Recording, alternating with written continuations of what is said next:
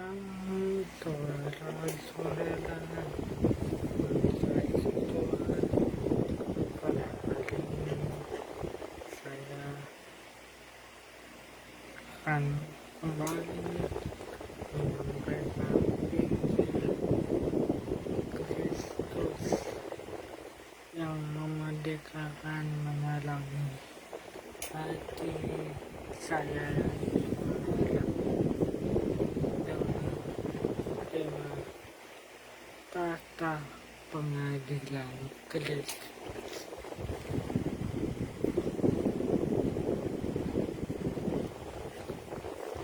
Tahta pengadilan Kristus. Kita buka Alkitab kita di dalam 2 Korintus 5 ayat 1 sampai 10. Karena kami tahu bahwa jika tempat kediaman kita di bumi ini dibongkar, Allah menyediakan suatu tempat kediaman di surga bagi kita, suatu tempat kediaman kekal yang tidak dibuat oleh tangan manusia. Selama kita di dalam koma ini, kita mengeluh karena rindu mengenakan tempat kediaman surgawi di atas tempat kediaman kita yang sekarang ini. Sebab dengan demikian kita berpakaian dan tidak kedapatan telanjang. Selama masih diam di dalam kemah ini, kita mengeluh oleh beratnya tekanan, karena kita mau mengenakan pakaian yang baru tanpa menanggalkan yang lama, supaya panah itu ditelan oleh hidup. Tetapi Allah lah yang justru mempersiapkan kita untuk beralih itu dan mengaruniakan Roh pada kita sebagai jaminan segala sesuatu yang telah disediakan bagi kita. Maka oleh karena itu hati kami senantiasa tabah, meskipun kami sadar bahwa kami mendiami tubuh ini, kami masih jauh dari Tuhan. Sebab hidup kami adalah hidup karena percaya, bukan karena melihat. Tetapi hati kami tabah. Tetapi hati kami tabah. Terlebih kami beralih dari tubuh ini untuk menetap pada Tuhan. Yang pertama yang mau kita ambil dan kita akan kupas ialah Allah akan mengaruniakan Roh Kudus pada akhir zaman menjelang kedatangan Kristus kedua kali. Di 2 Korintus 5 ayat 5 Alkitab berkata bahwa di akhir zaman menyambut kedatangan Tuhan Yesus kedua kali Allah akan mengaruniakan roh, yaitu Roh Kudus kepada manusia. Sebelumnya saya tidak mengerti kalimat ini yang dikatakan oleh Rasul Paulus. Ya, apa maksud dari perkataan Allah mengaruniakan roh di hari terakhir atau di akhir zaman? Karena setahu saya Roh Kudus itu hanya sekali dicurahkan oleh Tuhan Yesus ketika dia naik ke surga pada hari Pentakosta, hari ke-50 setelah dia naik ke surga. Tetapi saya setelah pelajari dan eksegesi, ya, artinya Roh Kudus itu dicurahkan, dikaruniakan, ya, seperti yang ada dalam kisah pada Rasul 1 ayat 8. Tetapi ketika saya membaca kitab ini berulang kali, artinya akhirnya saya mendapatkan dan mengambil kesimpulan Roh Kudus ini dicurahkan oleh Tuhan kepada orang yang belum percaya Yesus. Roh Kudus ini dicurahkan kepada orang yang tidak atau belum percaya Yesus.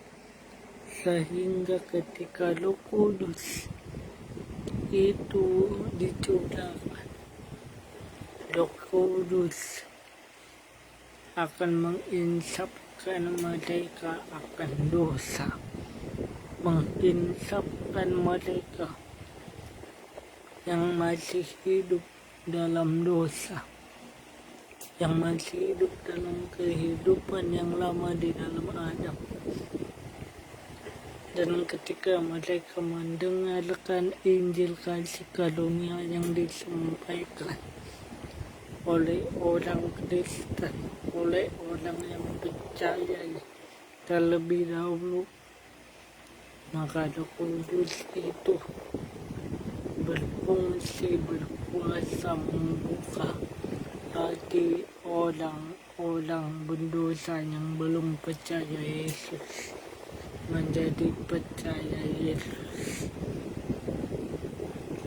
sehingga orang yang menerima karunia Roh Kudus,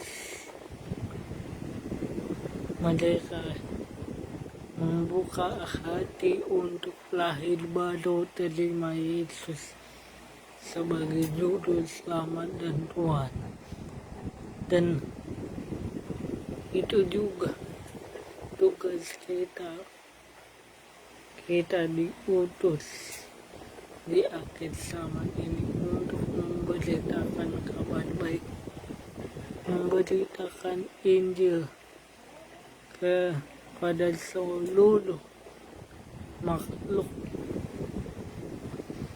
supaya setiap orang mendengar Injil, setiap bangsa mendengar Injil seperti yang diperintahkan oleh Yesus sebelum dia naik ke surga, bahwa kita harus menjadikan semua bangsa murid Kristus, ya,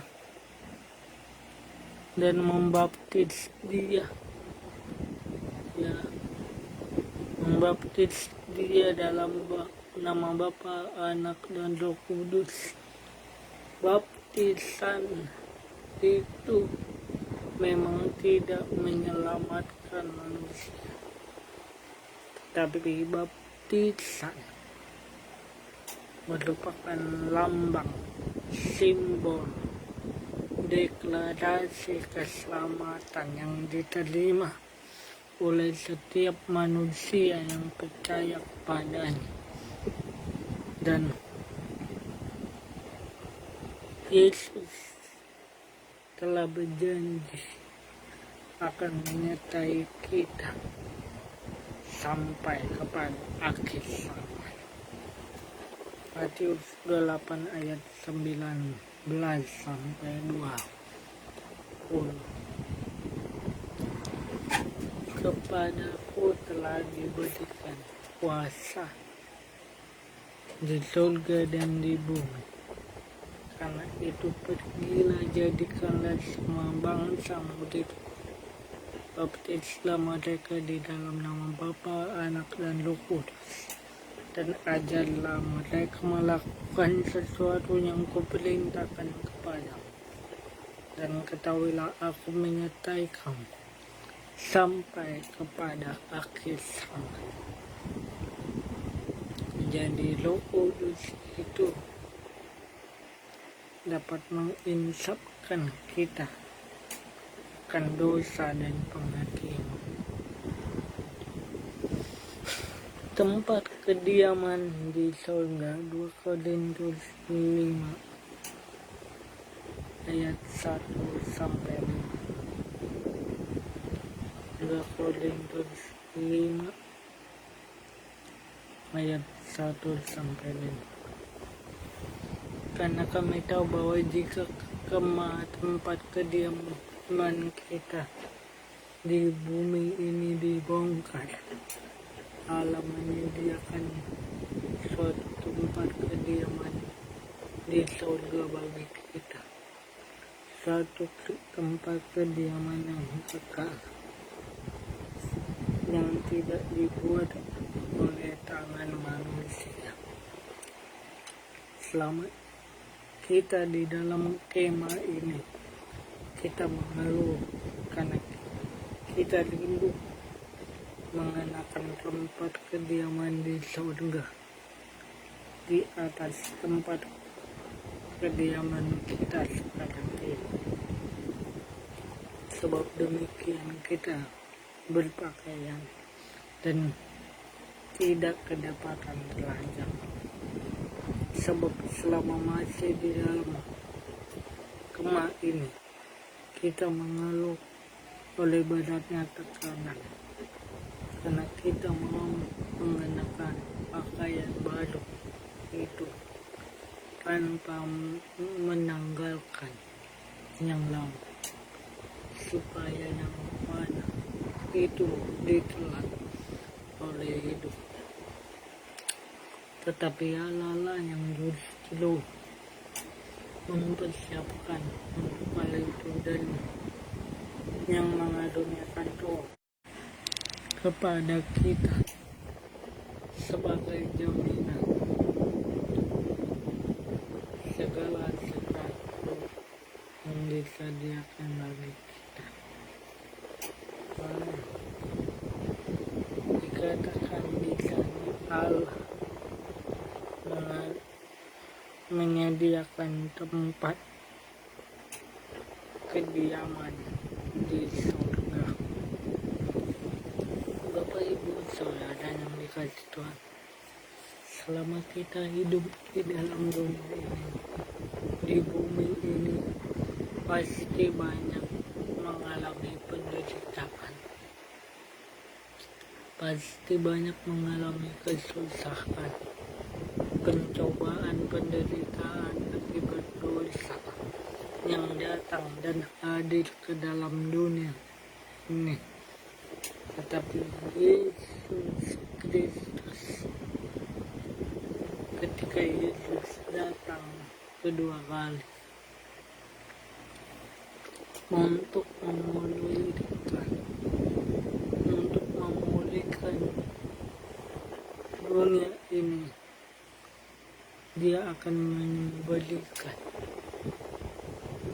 akan menyediakan bumi yang baru, langit yang baru, sehingga ketika Yesus tiba, dunia ini pada hari kedatangannya, kita tidak lagi hidup di bawah kematian dan kesusahan, kebinasaan. Sebab Allah tidak menghendaki saya dan saudara binasa, melainkan Allah ingin kita hidup selama-lamanya. Allah ingin kita hidup bersama-sama dengan Kristus di kekekalan di surga, di keabadian di surga. Jadi sekalipun saat ini saudara dan saya meriksa, tapi kita yang percaya kita akan menerima bumi yang baru ketika Yesus datang.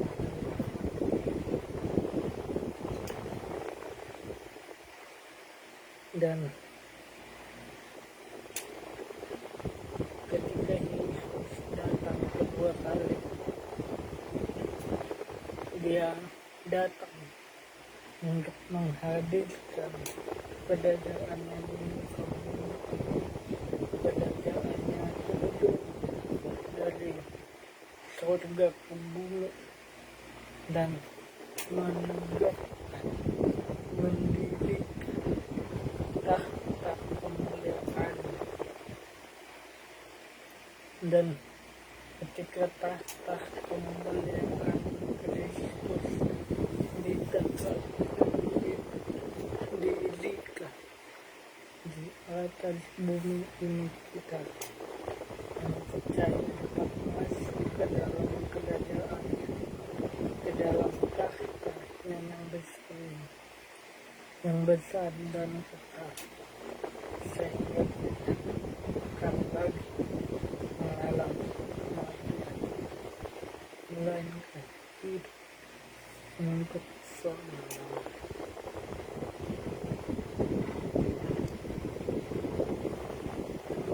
Tempat tinggal kita akan dihancurkan ketika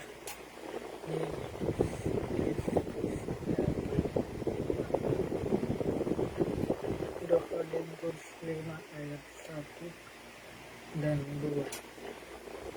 Seperti yang tadi kita telah baca, ketika Allah menyelesaikan dan menciptakan langit dan bumi serta isinya, Allah menciptakan manusia di hari ke-6. Pada saat itu mereka atau saya dan saudara ciptaan Tuhan Allah,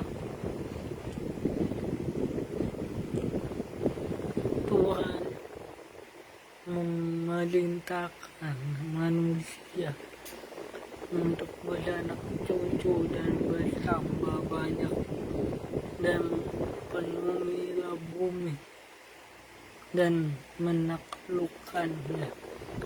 1 Kejadian 1 ayat 26. Kejadian 1 ayat 26. Berfirmanlah Allah, beranak cuculah dan bertambah banyak, penuhilah bumi. Maka banyak pertolongan. Faktanya dosa hadir di tengah-tengah bumi ini. Faktanya dosa datang ke tengah-tengah bumi ini, sehingga merusak pikiran manusia yang pertama, yaitu manusia yang pertama, Adam dan Hawa, karena mereka melanggar hukum Tuhan, melanggar perintah Allah, dan baik dan yang jahat. Akibatnya mereka jatuh ke dalam dosa dan kehilangan kemuliaan Allah, dan mereka diusir oleh Tuhan Allah dari tanah itu. Makanya saudara, mengapa Rasul Paulus menjelaskan bahwa bumi ini tempat kediaman kita, saya dan saudara yang saat ini kita injak akan dihancurkan, ya, akan dihancurkan oleh Allah ketika Yesus datang kedua kali. Artinya saya dan saudara yang percaya sekarang kepada Yesus, yang sekarang mengimani Yesus sebagai juru selamat dan Tuhan, kita tidak akan binasa. Kita tidak akan binasa dan hancur. Sekalipun bumi ini harus hancur, sekalipun bumi ini akan bergoncang, sekalipun bumi ini akan dosa karena amanah Kristus, kita akan lebih dahulu diangkat. Kita akan lebih dahulu bersama dengan Kristus dalam kekekalan. Kita akan lebih dahulu mengenali tempat kediaman yang kekal dan abadi itu di kekekalan. Definisi tempat kediaman dalam bahasa Yunani oikia, dalam bahasa Inggris house, yang berarti rumah atau tempat tinggal, sehingga kita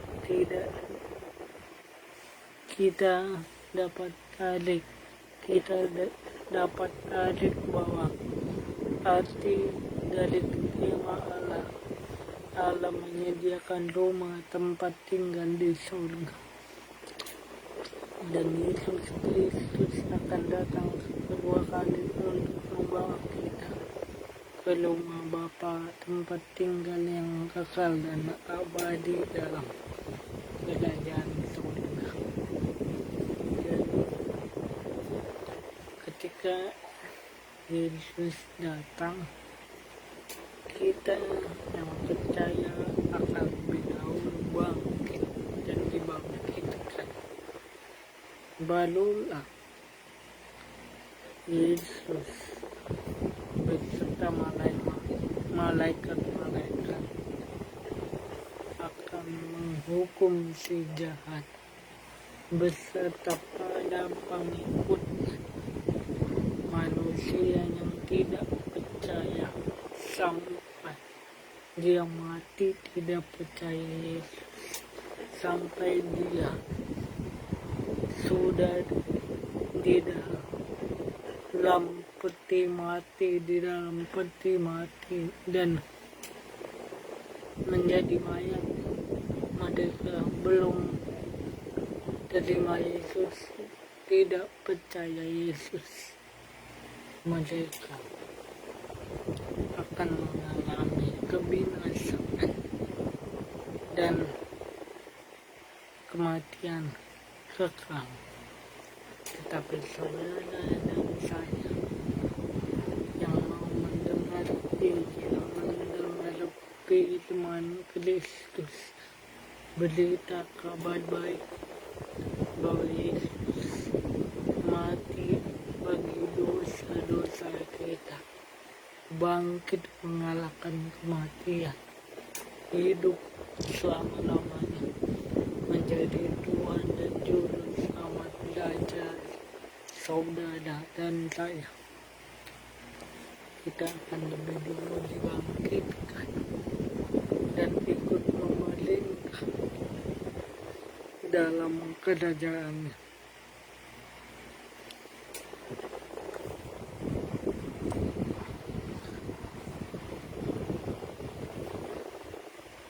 Allah menyediakan bumi yang baru tanpa menghancurkan tubuh kita yang secara jasmani ketika Yesus datang kedua kali. 2 Korintus 5 ayat 4 dan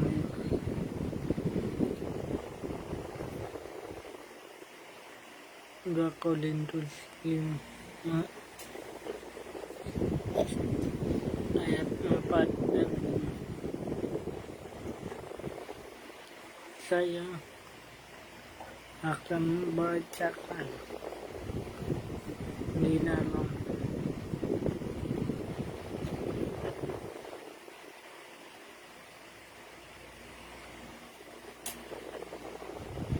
bahasa Indonesia masa kini.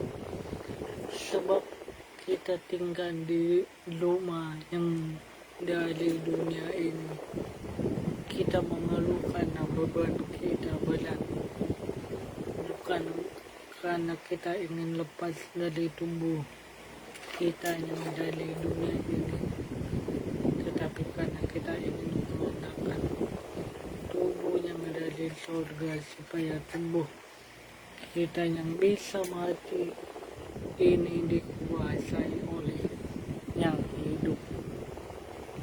Ya. Ayat 5. Karena itulah saya dan para pelayan Kristus yang lain selalu tabah dengan penuh keyakinan, sebab kami percaya penuh pada semua janji Allah, bukan pada hal-hal yang kelihatan. Kami tahu bahwa selama masih mendiami tubuh dunia ini, kami belum bisa tinggal bersama Tuhan Yesus Kristus.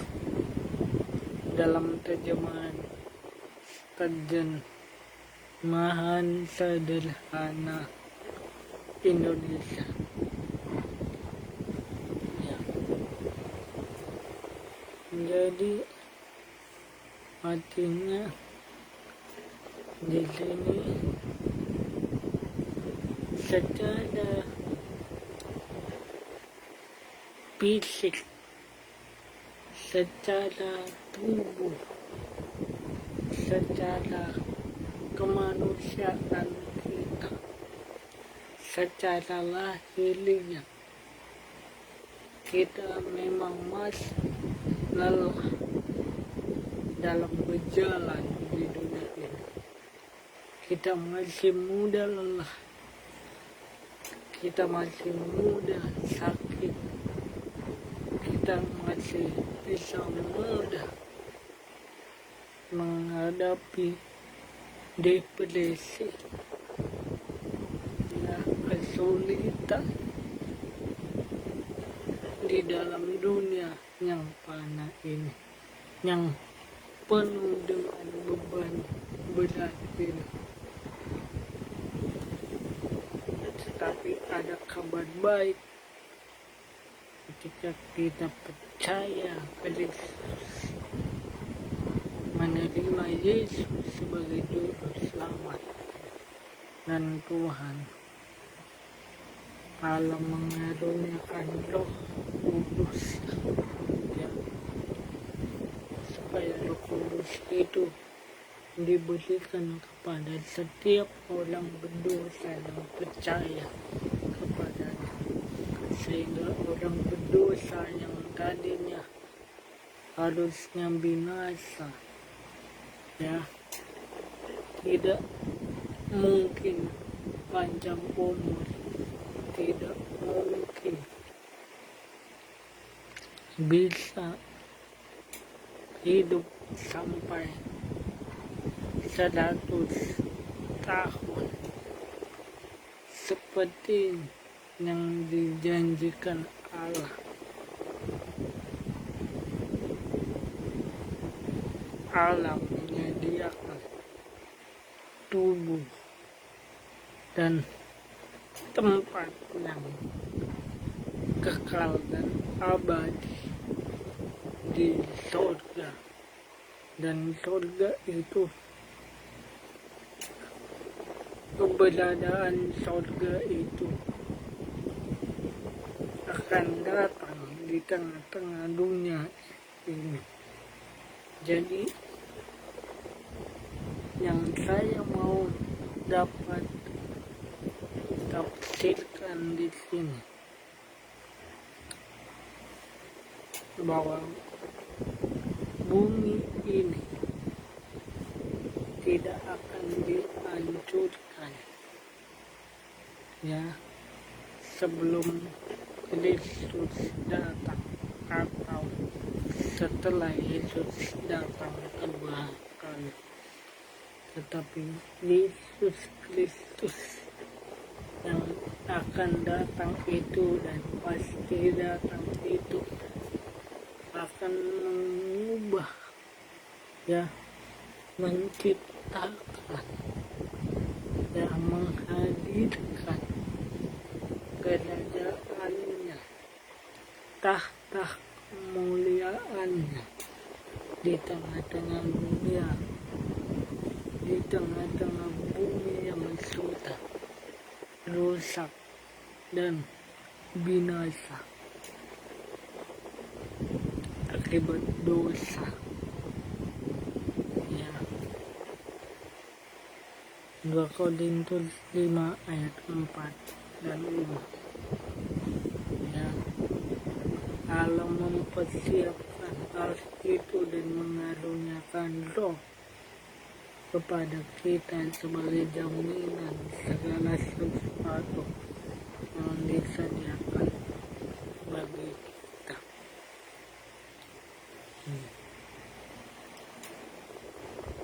Allah menyediakan bumi yang baru ketika Yesus datang kedua kali, tanpa menghancurkan tubuh kita.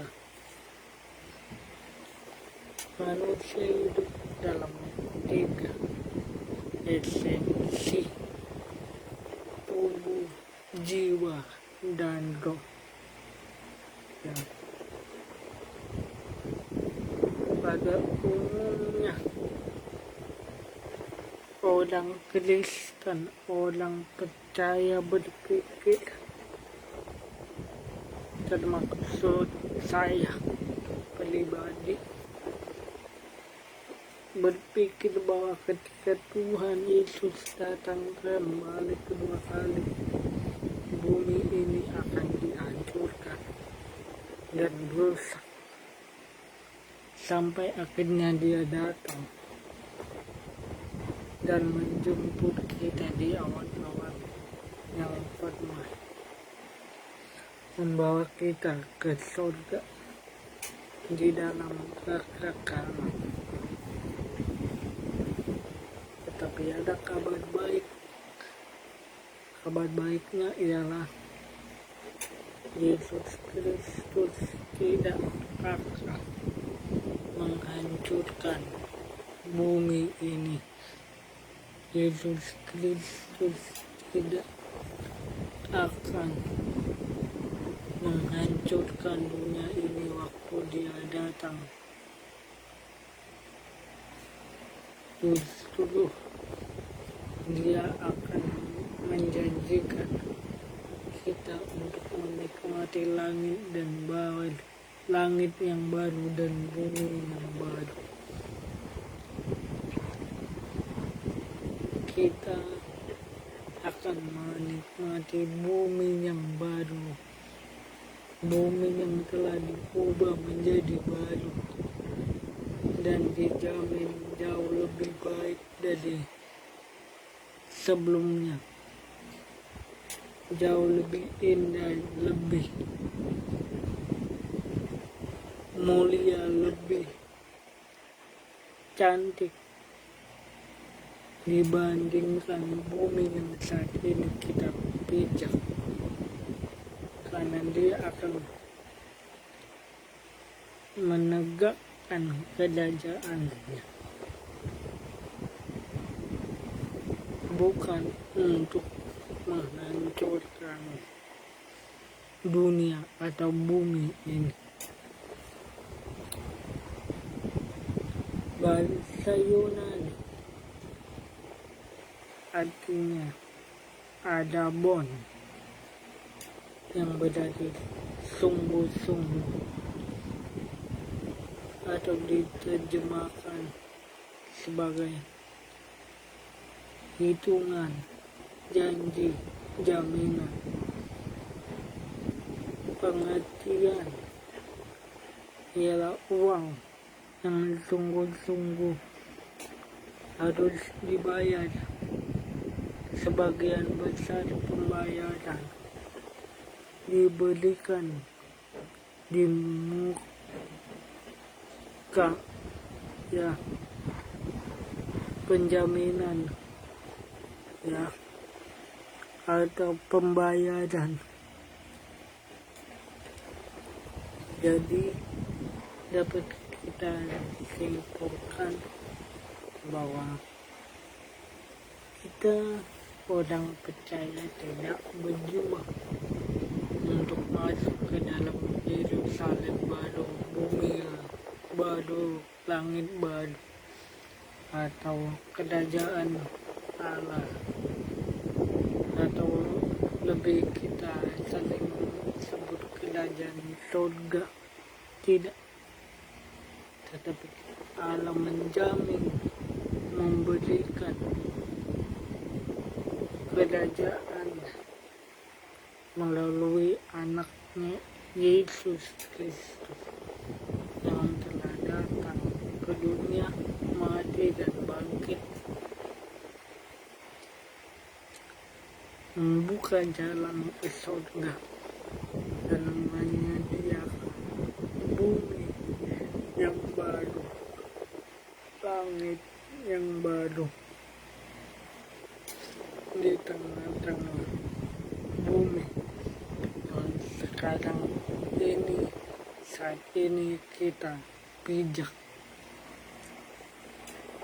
Jadi bumi ini akan penuh kemuliaan Allah. Bumi ini akan dipenuhi dengan kerajaan Allah, karena Raja itu akan datang dan telah datang 2000 tahun yang lalu, dan akan datang kembali dan pasti datang kembali menjadi Raja segala raja, pemerintah selama-lamanya tanpa merusak dan membombardir bumi ini, dunia. Kebagian orang percaya menyambut kedatangan Tuhan Yesus kedua kali. Matius 5 ayat 1 sampai 10. Ya. Ketika Yesus melihat orang banyak itu naiklah ke atas bukit, dan setelah ia duduk datanglah murid-muridnya kepadanya.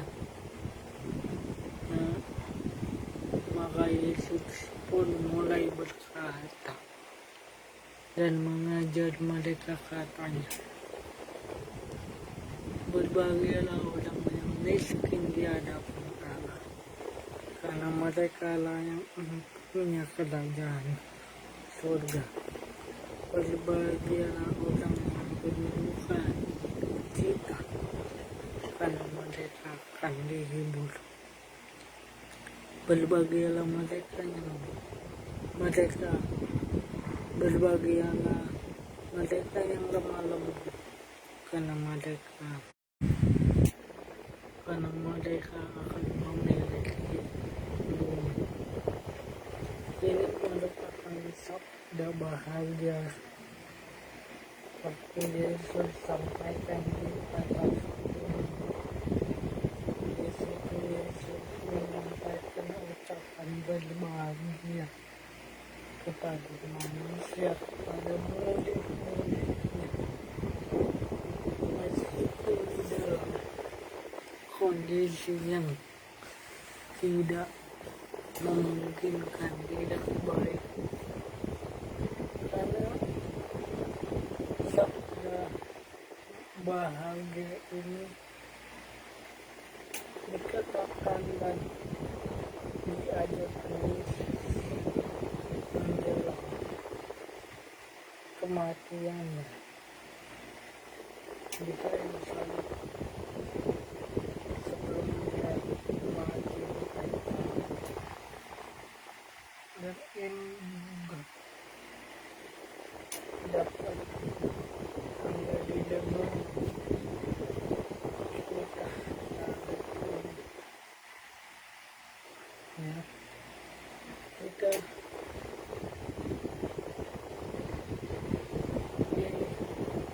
dianjurkan untuk tetap hidup bahagia ya, dan kebahagiaan itu telah menjadi milik kita ketika kita menerima Yesus sebagai juru selamat. Dan Tuhan ingin saya dan saudara di dalam kebahagiaan menjelang kedatangannya kedua kali, menjelang menyambut, menanti, menunggu kedatangannya kedua kali. Dan ketika kita mengetahui kedatangan Yesus kedua kali dan kita bersiap-siap kejam-kejam dan kita yakin kita akan ikut memadamkan bersama Kristus dan bersuka cita berbahagia dalam menanti kedatangan Kristus kedua kali. Kedatangan Tuhan Yesus Kristus membawa kita ke tempat kediamannya di surga. Yohanes 14 ayat 4. Yohanes 14 ayat 1 dan 4.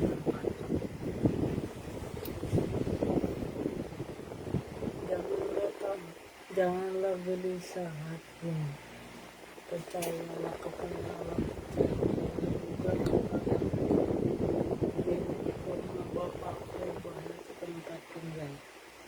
Jika tidak demikian, tentu aku mengatakan kepadamu, sebab aku pergi ke situ untuk menyediakan tempat bagimu.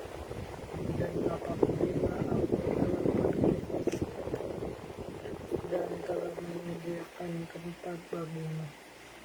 Aku akan datang kembali dan membawa kamu ke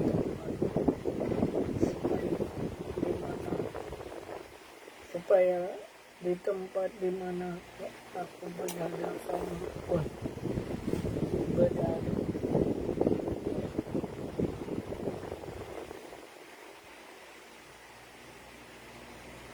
Jadi perkataan ini adalah perkataan Yesus sebelum dia naik ke kayu salib, mati disalibkan dan bangkit kembali untuk keselamatan kita,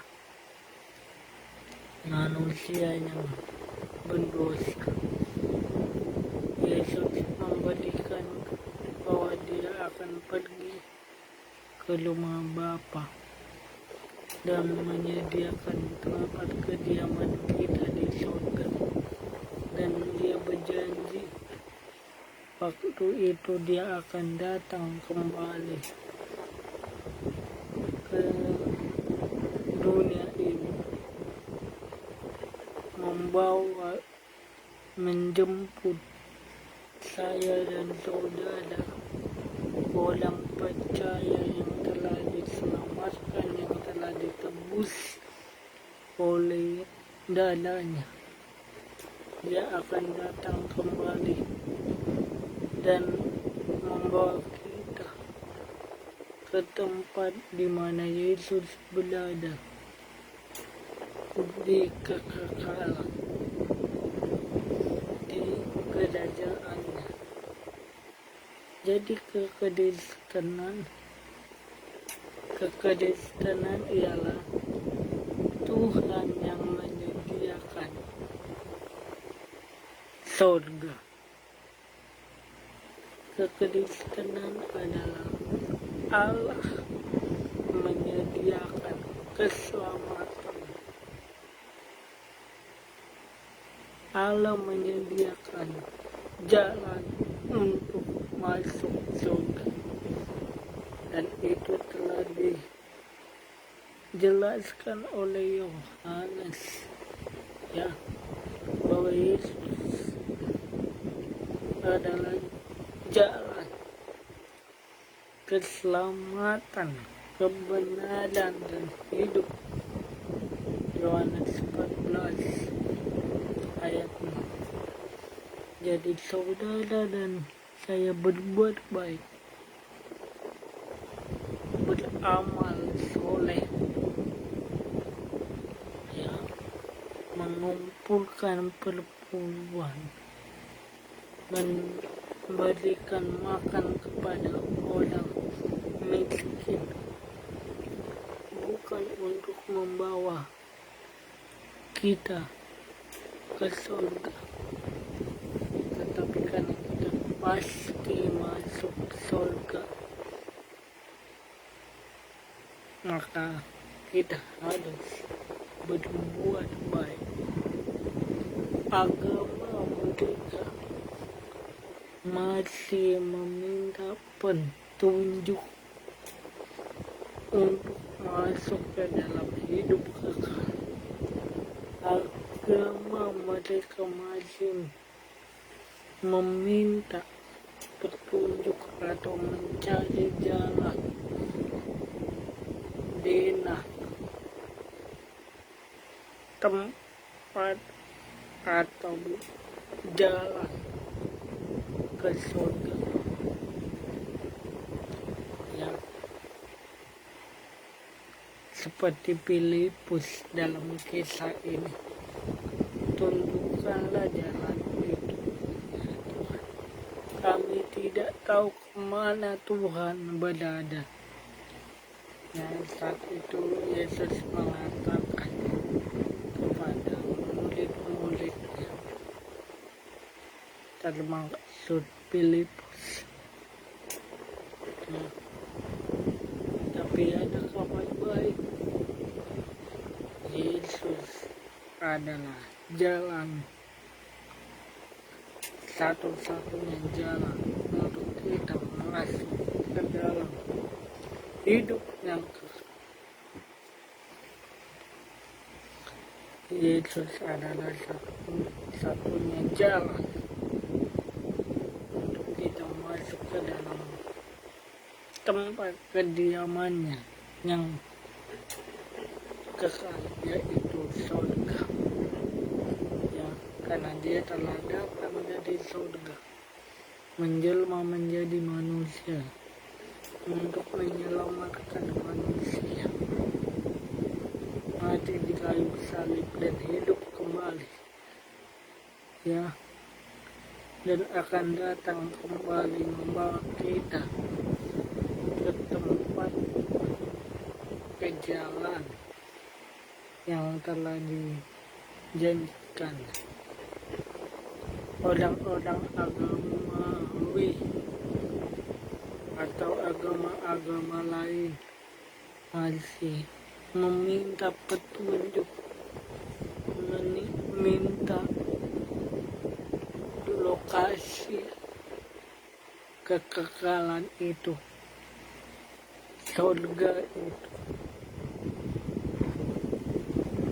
Ihdina siratal mustaqim, siratal ladzina amanu wa amilus sholihati, dan lain sebagainya. Tunjukkanlah jalan itu kepadamu. Tapi Yesus sendirilah jembatan itu, jalan kepada kehidupan itu, jalan kepada kekekalan itu, jalan kepada keabadian yang penuh bahagia, damai, sukacita, sentosa itu. Dan setiap orang yang percaya kepadanya, ya, tidak akan dibawa ke tempat kediamannya di surga dan pasti masuk surga.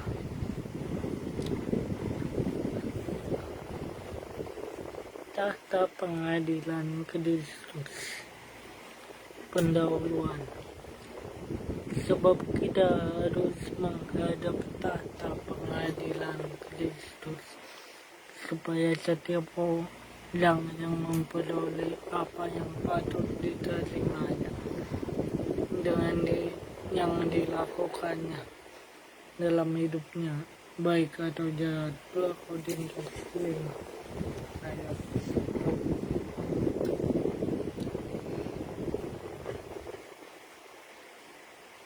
Ya, 2 Korintus 5 ayat 10. Kata Yunani ialah tahta pengadilan. Kata Yunani bagi tahta pengadilan adalah bema. Di poin selanjutnya ini, berikut ini, ialah tahta pengadilan Kristus. Tahta pengadilan bahasa Yunani-nya ialah bema, yang berarti panggung yang didirikan. Jadi bukanlah suatu kursi atau hakim di mana juri yang kaku duduk dan menentukan hukuman apa yang diberikan bagi setiap orang yang tertuduh. Kata bema itu mirip dengan panggung yang didirikan, panggung penilaian di juri. Jadi suatu kontes atau perlombaan lalu menentukan hadiah-hadiah yang hendak diberikan pada setiap kontestan atau pedali. Nah, Kristus akan duduk di tahta pengadilannya, dan kita akan hadir bersama di tahta pengadilan Kristus.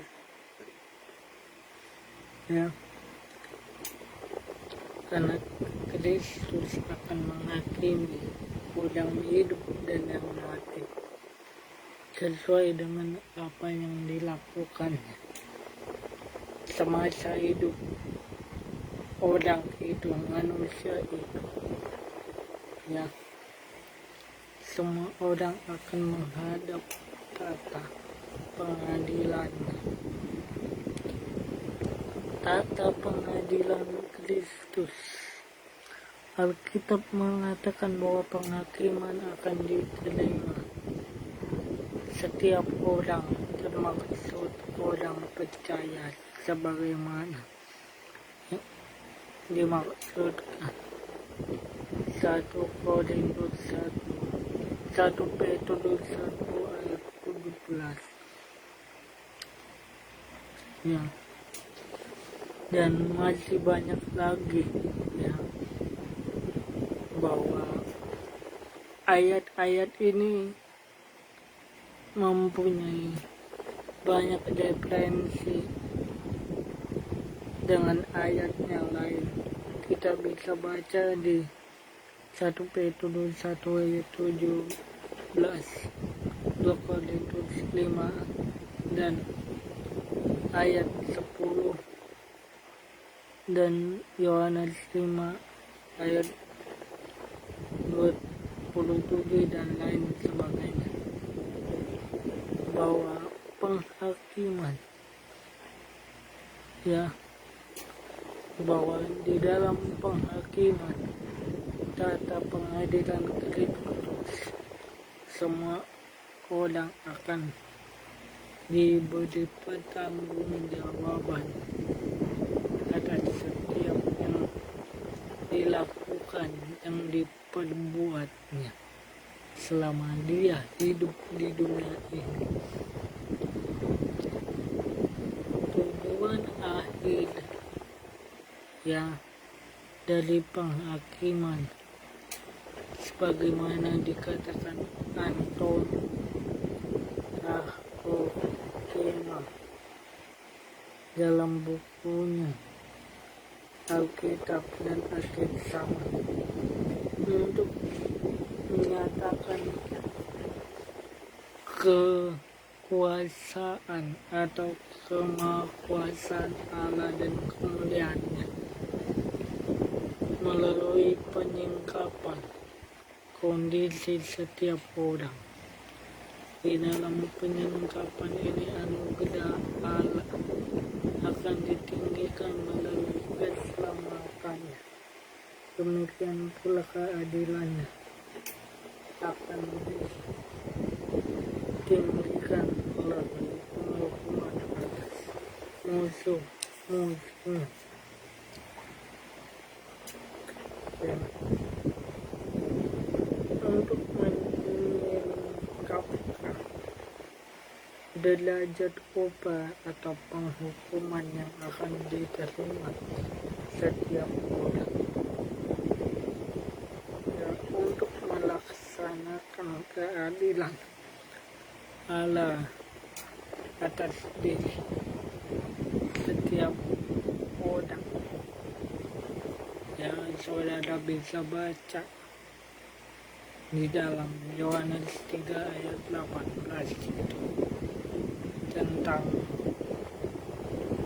perbandingan antara orang yang percaya Yesus dan tidak percaya Yesus.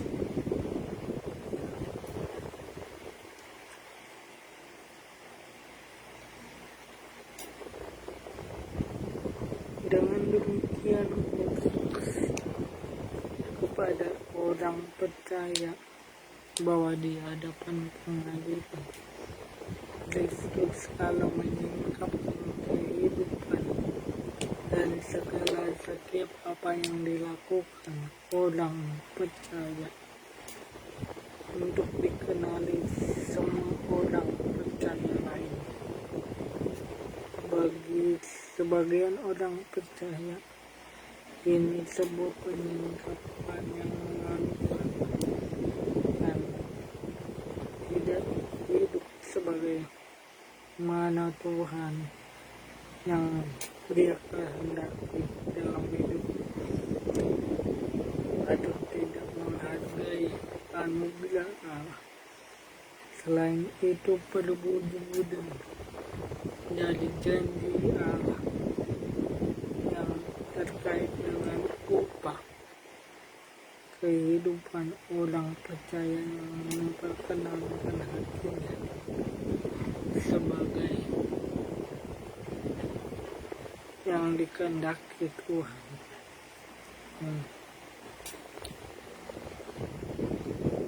Tata pengadilan Kristus. Pengertian kata bema. Leksikal bema. Ya. Bema. Dalam bahasa Yunani.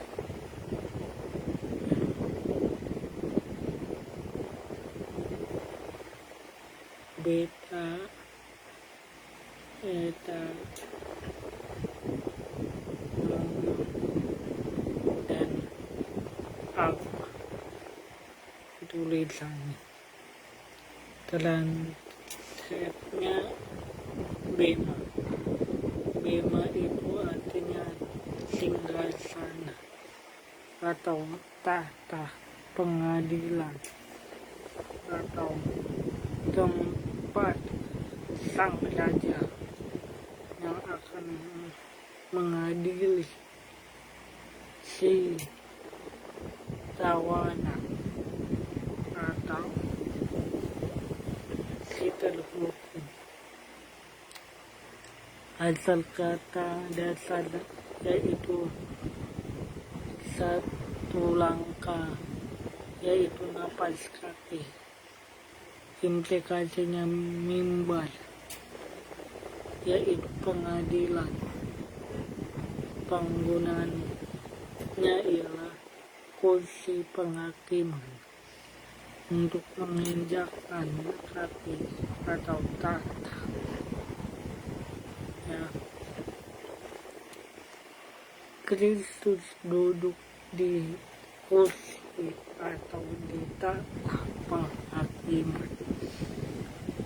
Ya, sebab kita semua akan menghadap tahta penghakiman Kristus, agar setiap orang yang menerima yang layak diterima sesuai dengan perbuatannya dalam hidup ini, baik atau buruk. 2 Korintus 5 ayat 10. Kata Yunani tahta penghakiman atau bema, ya, panggung, ya, jadi bukan kursi hakim, yang melainkan panggung di mana juri itu keras atau kaku duduk, ya, untuk menentukan hukuman apa yang dijatuhkan kepada masing-masing terdakwa. Jadi gambarannya, ilustrasinya, singkatnya demikian begini. Ketika Yesus datang sebagai Raja segala raja dan hakim seluruh umat manusia di bumi, Kristus yang adalah Raja serta Hakim itu akan duduk di sebuah kursi, di kursi pengadilan, di tahtanya yang maha tinggi,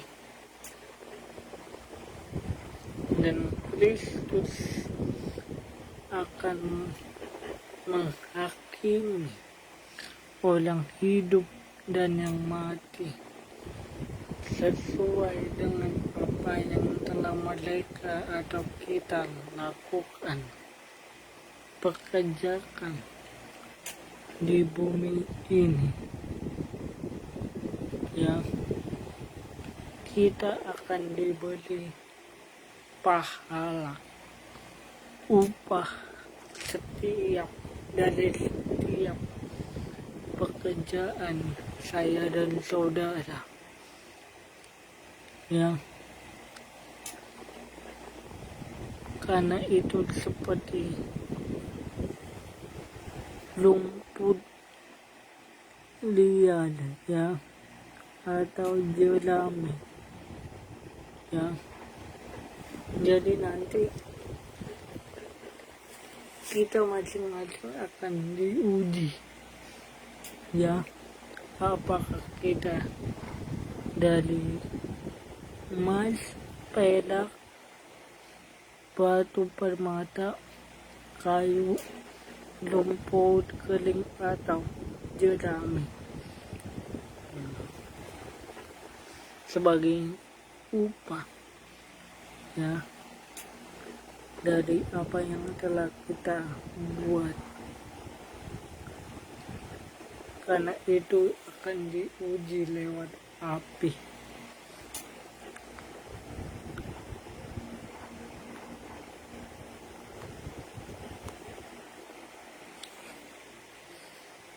Upah,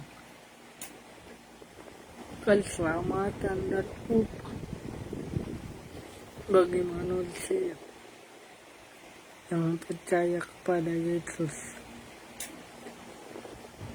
Ada beberapa pandangan tentang upah bagi orang percaya.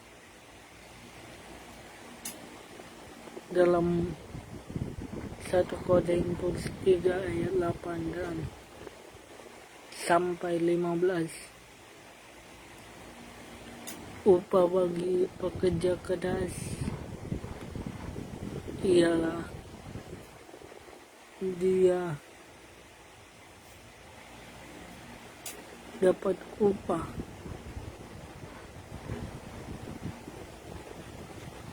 sesuai dengan pekerjaannya sendiri. 1 Korintus 3 ayat 8.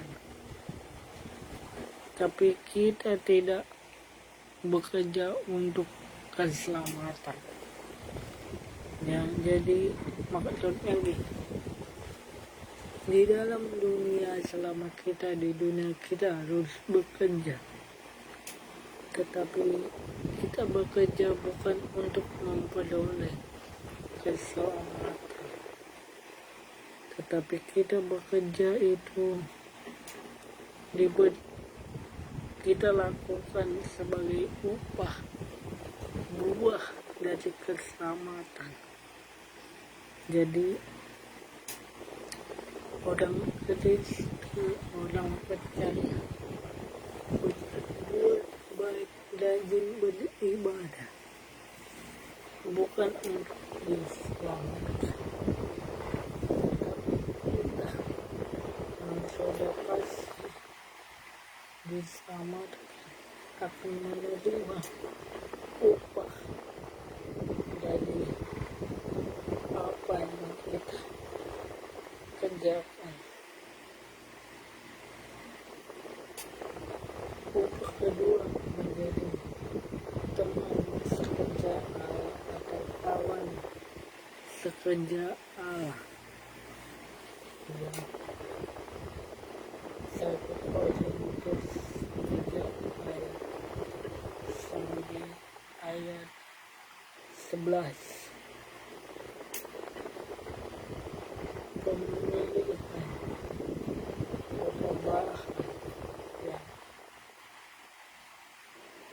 itu orang-orang percaya yang berdiri di dalam dua macam dasar atau bahan bangunan, yaitu emas, perak, batu, permata, dan bahan-bahan yang tidak kekal atau tahan lama. Menerima upah, ya, orang-orang percaya yang membangun diri atas dasar Kristus dengan bahan-bahan dasar yang kekal, emas, perak, batu, permata. Mereka dialah yang menerima upah. Tapi ada juga yang tidak menerima upah, yaitu mereka yang tidak membangun di atas dasar Kristus dengan bahan-bahan yang sementara, tidak tahan lama, kayu, lumpur kering, jerami, ya, tidak akan bisa menerima upah di kata pengadilan Kristus. 2 Korintus 5 ayat 10. Ya, dan itulah orang-orang agamawi, orang-orang Kristen agamawi, Kristen KTP, Kristen tanpa pertobatan, ya, mereka tidak menerima upah ketika Yesus datang sebagai hakim yang adil, yang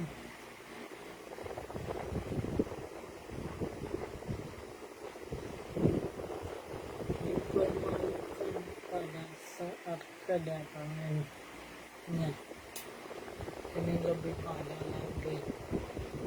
Tuhan Yesus telah memberitakan kepada setiap orang percaya suatu pekerjaan yang harus kita lakukan jika kita mengabaikan perintahnya. Kita sangat sering merasa sedih dan takut di hadapannya pada hari penghakiman. Peringatan ini tertulis dalam kitab Yohanes 1 Yohanes 2 ayat 28. Anak-anakku, tinggallah di dalam Kristus, supaya apabila ia menyatakan dirinya kita beroleh kepadanya, percaya dan tidak akan malu, tidak usah malu terhadap dia pada kenyataannya. Ya, jadi orang-orang tidak percaya Yesus yang menolak Kristus sampai matinya, sampai dia dikubur di dalam tanah, belum percaya Yesus atau tidak percaya Yesus, mereka akan dipermalukan pada saat kedatangannya. Ya, tetapi Yesus datang sebagai hakim yang adil. Yohanes 9 ayat 31 sampai 39.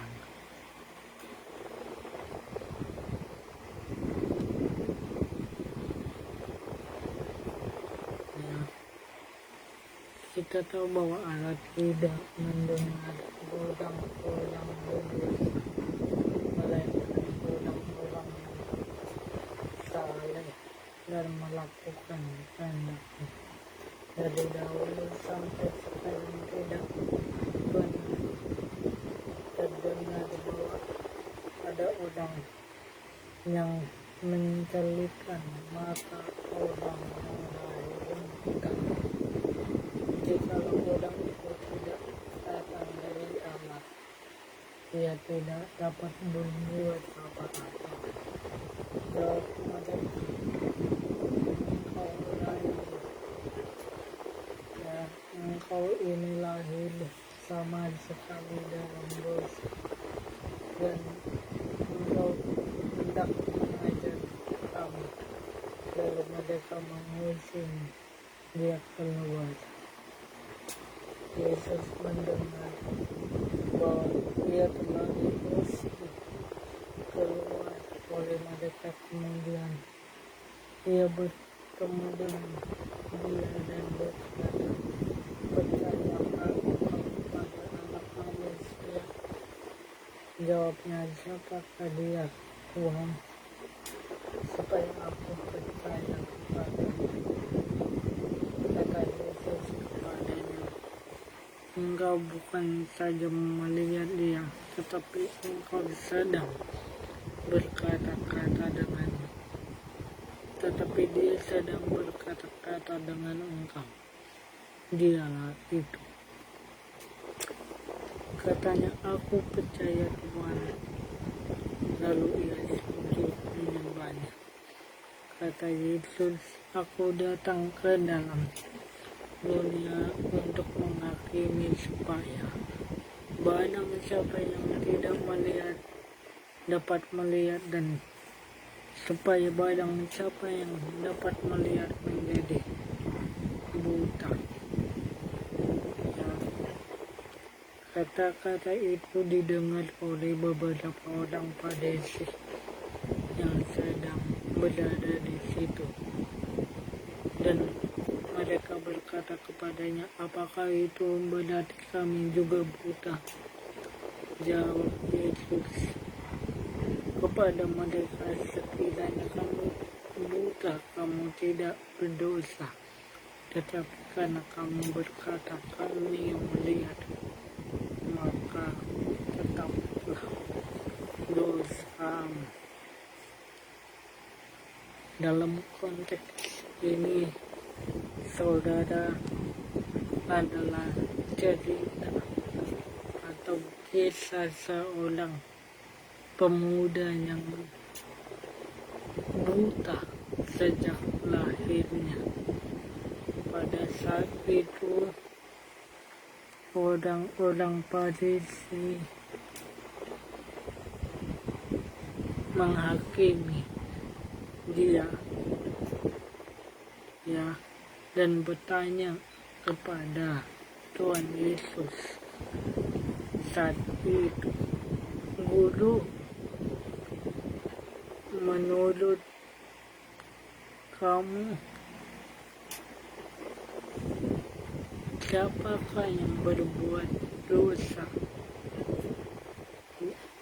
Orang ini sendiri atau orang tuanya, sehingga ia dilahirkan buta? Jawab Yesus, bukan dia dan bukan juga orang tuanya, tetapi karena pekerjaan Allah harus dinyatakan di dalam dia, dan seterusnya.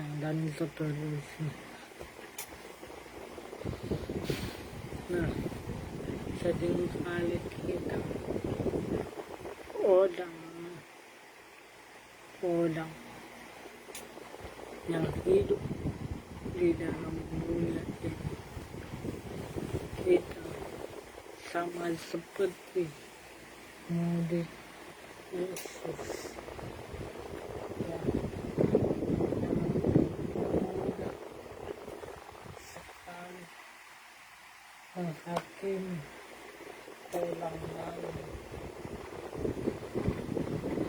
tanpa sadar kita manusia yang hidup di dunia ini, ketika kita melihat orang lain kesusahan, melihat orang lain penyakitan atau menderita sakit dan lain sebagainya, kita mudah untuk menghakimi orang itu. Kita mudah mencari kesalahan orang itu, padahal kita lupa, kita tidak ingat bahwa Allah saja di dalam Yesus yang berhak, yang dapat menghakimi manusia. Ya, jadi Kristus akan datang kedua kali sebagai hakim yang adil untuk menghakimi orang hidup dan yang mati. Ya, karena dia adalah hakim yang adil, dia akan datang sebagai hakim, duduk di tahta, di kerajaannya, dan kita semua akan dihakimi oleh dia sesuai dengan apa yang dilakukan oleh kita. Jadi dari perikop ini kita diingatkan bahwa kita tidak berhak menghakimi sesama kita. Kita tidak berhak menghukum sesama kita, karena penghakiman dan penghukuman itu hanya bisa dilakukan Yesus Kristus, Tuhan dan Raja kita, yang akan datang kembali kedua kali dan pasti datang untuk menghakimi orang yang hidup dan yang mati.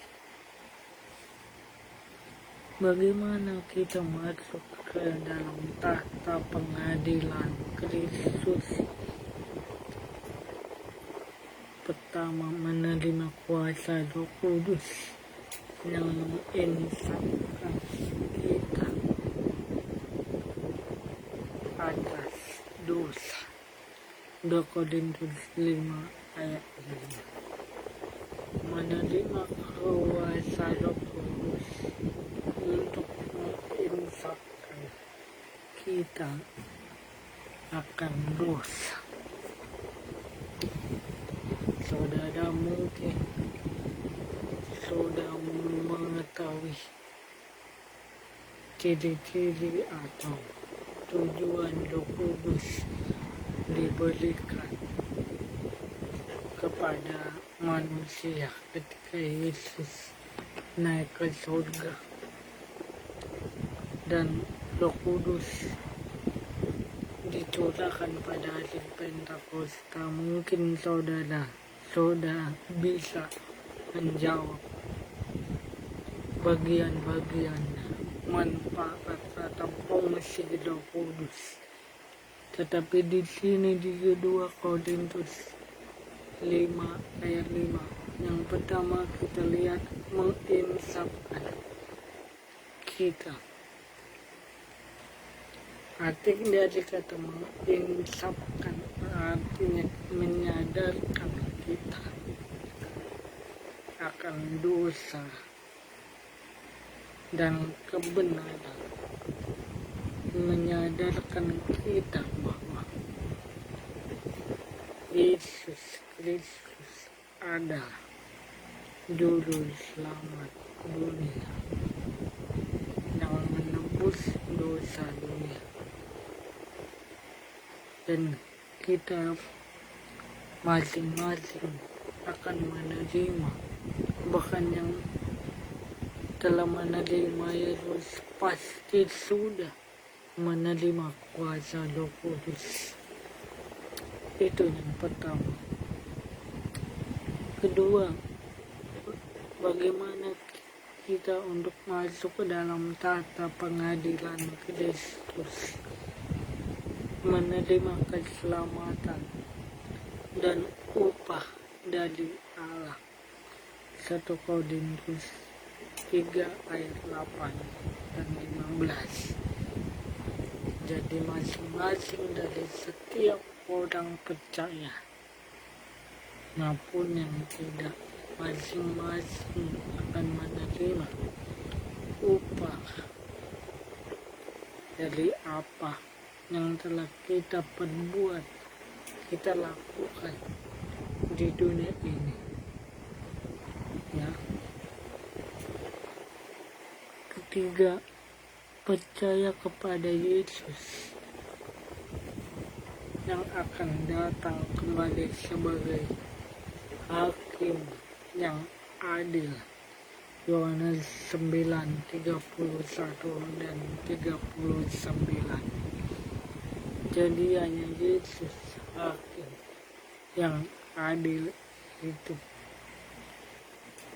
Kita tidak bisa mengadili atau menghukum, menghakimi orang lain, karena Yesus adalah hakim yang adil yang akan nanti menghakimi orang hidup dan yang mati.